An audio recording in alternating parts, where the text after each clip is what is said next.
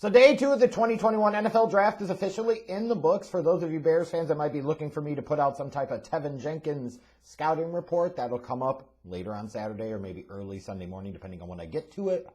But that's coming for sure, and if the Bears end up taking anybody else in this draft, I'll certainly do scouting report videos on them if I have not already done one. So with that, day 2, rounds 2 and 3, where you start to talk about true championship teams are built. So while it doesn't have all the pomp and circumstance and some of the big names at day number 1, it's day 2, it's day 3. These can be the exciting days because these are the rounds where the pillars, the foundation of your team are truly built. You can't build a team of nothing but first-round picks. First-round picks are designed to be the stars. They're designed to be the franchise type of players. It's these guys, though. These are the ones that you're looking for that can be the bedrock starters. Some of them can become stars or superstars. These can be the guys that you want to keep around on second contracts, etc. So it's incredibly important to do well on day number 2 for sure. With that, want to talk about some of the best picks I saw of the day, some of the best and worst performances, like winners and losers of day 2 of the draft. And I'm going to go ahead and dive right into the best picks. What I thought was interesting about this draft was with the run of offensive players that went throughout the first round, I figured that there was going to be some good defensive talent that dropped to day 2. And still, even in day 3, but especially in day 2. And we certainly saw that. We saw guys that could arguably have been first-round picks, depending upon how the board played out, or had the talent to be first-round picks that ultimately went to round 2, round 3. So good value to be had there. Same with positions like wide receiver, offensive line. Those are positional groups that you could really make a killing on in day number 2. But some of the best picks I saw on day 2, the Jets taking Elijah Moore at 34. You draft Zach Wilson. You trade up from 23 to 14 to take Elijah Vera Tucker. So you get the franchise quarterback. You get my QB1 in this draft. Then you get an offensive lineman to protect him. And now at 34, you're getting a guy that, to me, I didn't see that much difference personally in terms of overall grading from him and a Jalen Waddle or a Devontae Smith. And I had him a little bit higher than one of those guys. The point I'm getting at here is I feel like the Jets got really good value in Elijah Moore at 34. And again, it's about knowing the game that you're in. Now that you're taking the quarterback, everything is about the quarterback and building around him and helping him to achieve his maximum potential. And Elijah Moore certainly fits into that, so I love that pick for the Jets. The Chargers getting Asante Samuel Jr. at 47. I look at Asante Samuel Jr. and envision a similar type of level of production as Antoine Winfield Jr. gave the Bucs last year at safety in that second round slot. Asante Samuel is a guy you could make an argument for going a little higher in round 2 or potentially even at the tail end of round 1. Might be looking at size or something. The kid can just flat out play. And the Chargers being able to just sit there and him drop into their laps at 47. Like you take that combining with Rashawn Slater at 13. Like these are the types of 1-2 tandems you see in the draft and you say, you know, this is the type of draft that takes them to a level that really makes them a threat to the Chiefs in the AFC West. The Browns getting Jeremiah Owusu-Koramoah at 52. Let's be clear. A lot of us would have probably given them an A minus, B plus grade if they drafted this kid at 26. They were able to get him at 52.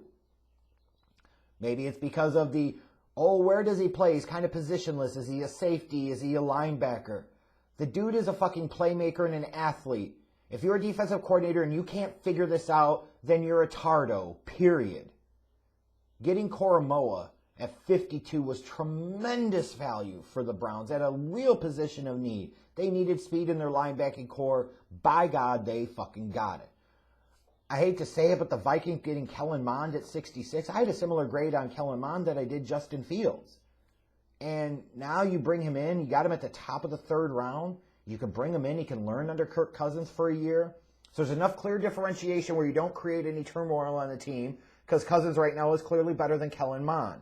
But you're also bringing in Kellen Mond with an eye for the future. And long term, if you move on from Kirk Cousins and you're like, I'm not 100% sold on Kellen Mond, you ended up taking a quality backup in round 3. And that's okay. It doesn't prevent you from drafting another quarterback a year or 2 from now. But to be able to get him there, like especially after the Buccaneers took, to me, an inferior prospect in Kyle Trask at 64, I love this pick for the Minnesota Vikings. It frankly bothers me a little bit that a team in the division got him. The 49ers getting Trey Sermon at 88. I just think he's going to be a fantastic fit for Kyle Shanahan and what they do in that offense. And I wouldn't be surprised to see him quickly become the lead cow back, or kind of the, I don't know if you want to say the feature back, or the most impactful back in that 49ers offense. And again, you're talking about the big move up that they made to go get Trey Lance. Now it has to be becoming about building around Trey Lance. Trey Sermon is a step in that direction. Then I got to look at the Lions, another NFC North team, and getting Ifeatu Melifonwu at 101. Like, to me, he should have been an early to mid second round pick. I know he missed some tackles, but the dude can cover. He can cover. He's got length and he's got coverage ability. Getting him in the compensatory section at the tail end of round 3 was a huge get for the Lions, in my humble opinion. There were other good picks here, but just like 5 or 6 of them that really stood out to me as a cut above the rest. Some of you Bears fans might get into your emotions and saying, well, why not Tevin Jenkins? It's because they had to trade up to get him, and you had to give up the 3rd round pick. So some of these, this is about, teams either trading down and still getting this guy, or it's about the value that they got by sitting put. So that's why I went with these guys, although obviously I love the Tevin Jenkins pick. Some of the winners in terms of teams from day 2, the Carolina Panthers. Once they drafted J.C. Horn in round 1, which I disagreed with, they came back in round 2 and they said, hey, you know what? We do got to build around Sam Darnold. You got to start drafting some goddamn offensive players. Getting Terrace Marshall towards the bottom of round 2, he was one of the few guys, I compared him to Alshon Jeffrey. Hey, this is about the range back in 2012 that Alshon Jeffrey went. Like middle second round. He was a little later in second round here for Marshall, but one of the few guys that you could project as a pure outside receiver in this draft. Getting him at that point, later in round 2, I thought was a great get. Christensen, Tremble, again, you're bringing in more pieces to try and build your offense up around Sam Darnold, who you've now picked up the 5th-year option on. And then all of that to be able to get the extra 3rd-round pick to move down 13 spots in round 2 for the Bears trading up for Tevin Jenkins. They bounced down and still got Marshall out of it. That was really good work by the Panthers on day 2. The Denver Broncos, I would love the pick of Javonte Williams. I know they had to move up just a little bit to get him. But this running back class was kind of weak, admittedly. This guy could be a difference maker for them. And then getting Manurse and Baron Browning, 2 other guys in round 3, I kind of look at them and I say, you know what, these are the types of guys that you draft in a round 3 that become quality starters for your team for years to come. The Jaguars, while I don't think they drafted quarterback 1 in Trevor Lawrence, I thought they got a quarterback that did fit what they did on offense, so I'm okay with that. You could say Etienne, was that really a need at 25? No, but at the end of the day, you're 1-15 last year. Every fucking position is a need, period. You can look to upgrade everywhere. You got to accumulate talent. I really like what they did, though, on day 2. They got the better corner, in my mind, from Georgia and Tyson Campbell. Then getting Walker Little, he gives you more offensive line punch, which they certainly needed. And then I look at Andre Sisco, the safety from Syracuse, and I say this is a guy that's going to step in and he'll be a year 1 starter. So looking at a team that desperately needs talent, they got 3 guys that I envision being year 1 starters for them or long-term starters for them. So that was pretty good work. The Vikings, bringing in guys on their defense like Chaz Surratt and Patrick Jones II. Again, good values there, I think, in round 3. But, when I really look at them, I say, okay, look at the offensive players. Kellen Mond and Wyatt Davis. Wyatt Davis can start on the interior of that offensive line, and they needed a mauling physical type of presence there. And you're talking about Kellen Mond, like I said before, I had a similar grade on him that I did Justin Fields. I'm a Kellen Mond stand. I'm a Kellen Mond fan. As a result, seeing the Vikings be able to get him at the beginning of round 3, I thought was really, really good. And they had a nice, overall day 2. I really, really like what they did.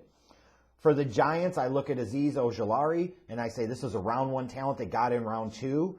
Then you look at Aaron Robinson, and I say they got a round 2 talent at corner in round number 3. Again, you're talking about value, guys that could play for a long time, guys that could be starters, decent level, potentially high-level starters. I think the Giants got a couple of those guys, and they were able to get them without having to do a bunch of maneuvering, sacrificing the future, dropping their pants to move up. They didn't have to do anything. They just sat there. Ojulari came to them. They got him. Robinson came to him. They got him. And then the Washington football team. The whole thing about taking Jamin Davis at 19, I know that Ron Rivera is looking at him as either a Thomas Davis type or a Luke Kuechly type, and I don't disagree with it. But at some point in time, you still have to build up that offense if you're talking about Washington. And on day 2, they got some work in there, I think, with Samuel Cosme. He'll be a future starter in that offensive line. Dyami Brown, you're pairing him now with McLaurin, and you're talking about Curtis Samuel. Like, you've got some speed and explosiveness. That's exciting in that Washington offense, even in 2021 for Fitzmagic. And then getting St. Juste, who I think is a year one starter on that defense. Like, it was pretty good effort for the Washington football team on day number 2. So there were quite a number of teams, as you can see, that I really like what they did. There were a few that I didn't like. The Detroit Lions. No wide receivers to help Jared Goff. I mean, can you name the top 2 wide receivers on the Detroit Lions right now? Without looking online, without having to look at anything. And I specifically even asked that of Detroit Lions fans. Like, this feels to me like massive stupidity on day 2, where there was quite a bit of really good wide receiver talent still on the board. To not take one at all seems incredibly ridiculous. And then I look at the Indianapolis Colts. They only had 1 second-day pick, and it's on a defensive player. You traded for Carson Wentz. You needed help on that offense. Who the fuck is going to play left tackle for you? Who's he going to throw the ball to? Like, long term. Like, you had needs on offense. Value was there at some of those positions on need on offense. It's one thing to take Kwity Paye at 21, because maybe you felt the value was just too good, you couldn't pass on it. I don't fully agree with that, but I can understand that. I can get that. But when you're telling me you're going to follow that up by taking yet another defensive player, when the move that you make was to go get Carson Wentz, like, you've got to help him out. Why would you just bring him into your situation to basically say, hey, fuck it. Let him figure it out. No, you don't. You just don't do that. So I did not like what they did on day 2. The Las Vegas Raiders. I will say this, I really liked the Trayvon Moehrig pick, because he was a kind of borderline round 1 talent. There's a little bit of medical concern, dropped him a little bit. Like, he's a long-term starter in that defense if he's healthy. So I don't knock the Raiders for taking him there. I'm cool with that. But the other 2 third-round picks felt a little bit like reaches, and I don't really see where they are difference makers for this team on a team that really needs difference makers. And when you combine that with drafting Leatherwood at 17, it just, again, to me, feels like, Moehrig pick aside, because that was one really good example, it just feels like Gruden and Mayock don't understand the draft game. And they don't understand value. They don't understand where they should be taking guys, where they should be targeting guys. There is something to be said about, if you get your guy, fuck it, get him, and let history play it out. I understand that to a degree. But you also have to have a track record to show that you know what the hell you're doing. And when you're a team that has taken Clelin Ferrell 4th overall in a draft to only be massively outplayed by a 4th-round pick like Max Crosby, like, you don't get a ton of a benefit of the doubt here. You just don't. Like, passing on Jerry Jeudy and freaking CeeDee Lamb to draft Henry Ruggs. Like, I'm just saying, like, at some point in time, you got to connect on these. And at some point in time, you have to reevaluate that, hey, this might be our approach or our philosophy, but it might also be stupid. And we need to adjust and adapt, and they're just not doing it. And then I look at the Seahawks.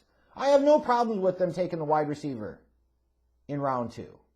Because Russell's your guy, and you've already got Lockett, you've got DK Metcalf. What's wrong with having a 3rd guy on offense? But I think it's more so about the fact of they only had 1 day 2 pick. They didn't move around. They didn't do anything of that.